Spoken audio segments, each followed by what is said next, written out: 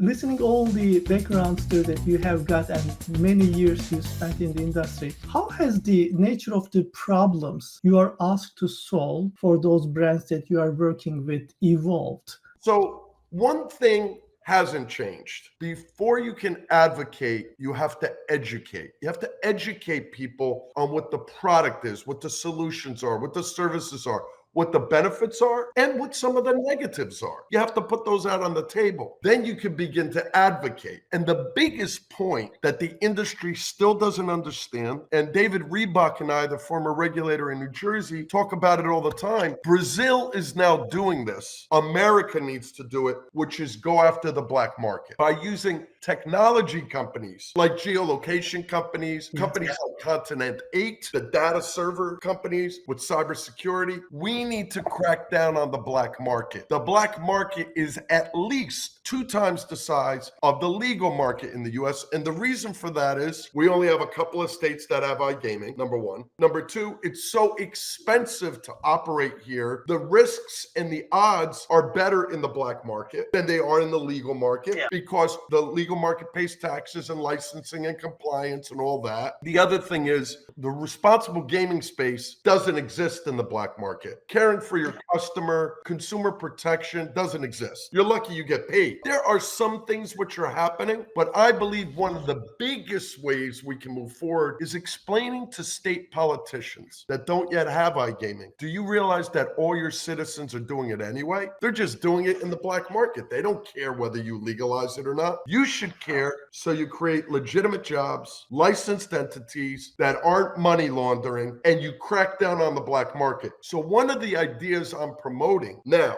not back when I started, because I've learned, is any regulator in America that licenses operators in iGaming, sports betting, or online sports betting, if they have ancillary service providers like affiliates, KYC, age verification, geolocationing, data centers, those entities cannot also serve the black market. You have to certify that you're not in the black market in order to continue to operate with a licensed entity. That will have a big impact because the black market can't afford to open up their own data centers. They need to use other entities. So that's the evolution that's been happening. And I believe that soon enough, because tax rates are starting to increase, the operators are going to be forced to thinking outside the box.